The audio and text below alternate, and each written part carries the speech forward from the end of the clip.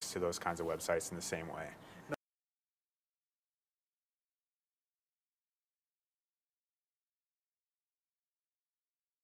Okay, I would do a lot of groundwork. It takes a lot of research. I would suggest looking, there's a lot of details to make sure that you don't waste your effort, because a lot of viral link building, a lot of the resources go up front. And for example, building an infographic, that takes paying a designer, doing good research, knowing that it's going to be good for your community, right?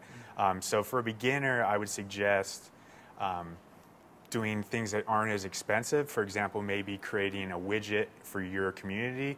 For example, if you're in health maybe, or some kind of family oriented, you'd say, great family website, and you create a badge and you'd embed it on your website so they could just grab the code and have the link back to their website. And that would be a good way for them to start out in a more affordable way. You just create a very small design, and it'd be a lot cheaper than, say, an infographic.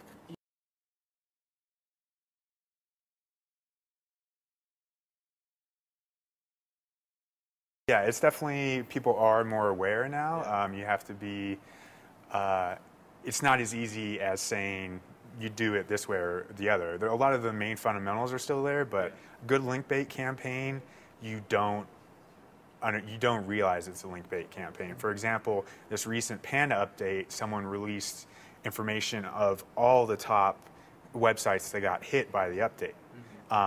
And no one really thought, oh, this is Linkbait. They just linked to it because this is a great resource of all the sites that got hit.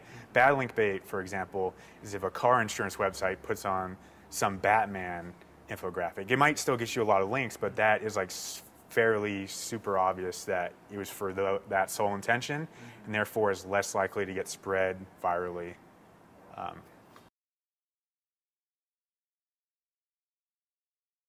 Yeah, like it should never be apparent that you're doing it for links. Yeah. If you could show it to an SEO and it'd be obvious that you got their impression or something like that, and they said, oh, this is fairly obvious that, even though you do want to get links, to the casual user, it should not be so